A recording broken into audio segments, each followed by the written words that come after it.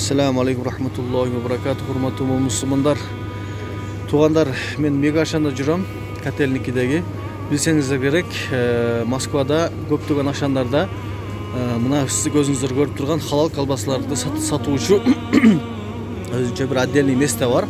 Отдельный дегенде кандай мындай бөлүк-бөлүк болуп турат, мына ортолорунда мындай пластикалар мененчи.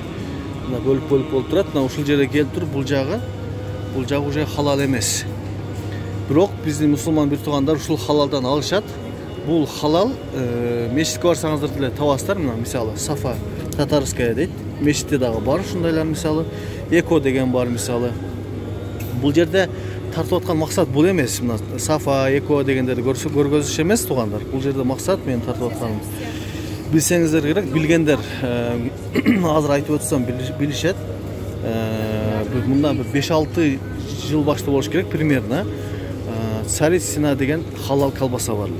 Вот ошол колбасаны эксперттер, мусулмандардан болгон, мусулман эместерден болгон эксперттер алышып, лабораторияга алып барып текшергенде, вот ошол колбасадан чочконун териси чыккан.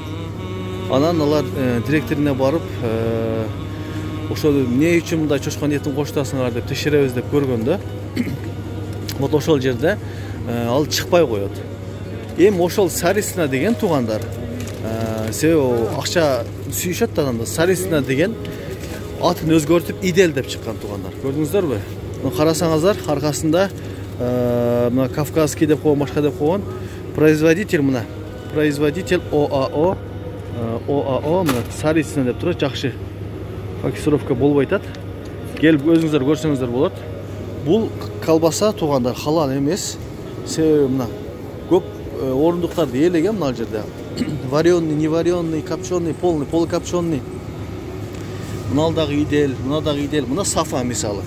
Бул мына проверенный неме, көп жылдан бери иштешет булар. Андан кийин мына пайда болгон мына Эко бар. Көрдүңүздөрбү? Ошо туугандар, ушул колбасаны албасаңыздар,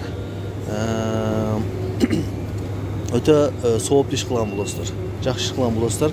Себеби билесиздер, адам, мусулман адам арам жегенден кийин 40 күн дуасы кабыл болбойт. Дуа кабыл болбойт, аны билесиздер. Ушул Идель, эстеп калыңыздар, Идель деген колбаса ошол Царицына чыгарып аткан колбаса, ошол баштагы чочконун териси чыккан колбаса. Царицына деген аты бар эле мына жерде чоң болуп.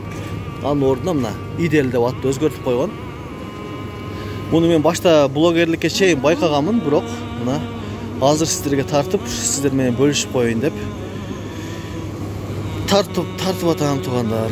Мынакей анда эми амал кылуу сиздерден, бизден эскертүү.